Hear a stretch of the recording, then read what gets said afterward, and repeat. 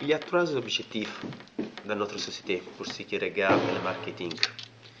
Quels sont ces objectifs? Le premier, c'est le plus simple, mais aussi le plus compliqué, c'est celui-là d'identifier l'exigence du client. Et ça, ce n'est pas seulement une interview que nous faisons chez un client.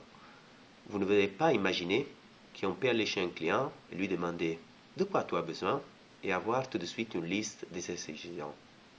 Quelle est la raison? Souvent, le client n'a pas une vision complète. Il n'est pas capable de comprendre qu'est-ce qu'il aura besoin dans le futur. Il demande toujours les mêmes choses, un prix plus bas, une bonne qualité. Mais il n'est pas capable d'expliquer quels sont les produits et les services du futur de lesquels il a besoin. Alors, pour nous, une grande partie du boulot, c'est de faire de plus en plus des interviews et de chercher de comprendre de plus en plus quelles sont les exigences du futur de cet client.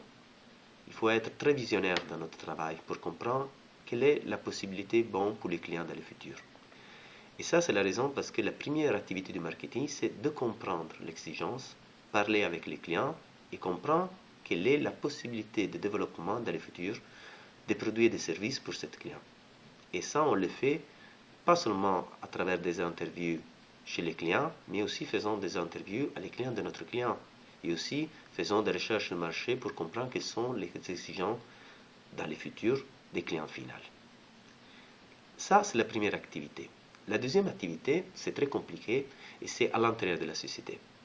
Je fais mes interviews, je fais mes études, je rentre dans les bureaux et je dis à les centres de recherche ou les autres départements de développer un produit qui s'appelle A.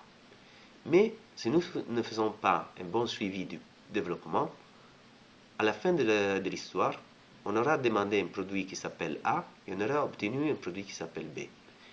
Donc, il faut suivre le développement, faire de bonnes spécifications pour être sûr que ce qu'on va obtenir, c'est clairement en ligne avec ce qu'on avait rêvé au début. Troisième chose, qui prend aussi beaucoup de temps, c'est la promotion. Vous ne pouvez pas imaginer combien de produits et services les sociétés ont développés qui sont restés dans les tiroirs parce qu'on n'était pas capable d'expliquer bien à les clients les avantages de ce produit. Donc, une partie très importante, c'est d'expliquer à la force de vente antérieure et après à la force de vente extérieure, et donc à les clients, quels sont les avantages de ce produit. Et ça peut prendre beaucoup de temps, beaucoup de ressources et beaucoup d'argent. Mais c'est très important parce que souvent, il y a des produits exceptionnels, mais les personnes ne l'utilisent pas simplement parce qu'elles ne sont pas informées. Ça, ce sont les trois objectifs principaux. Merci.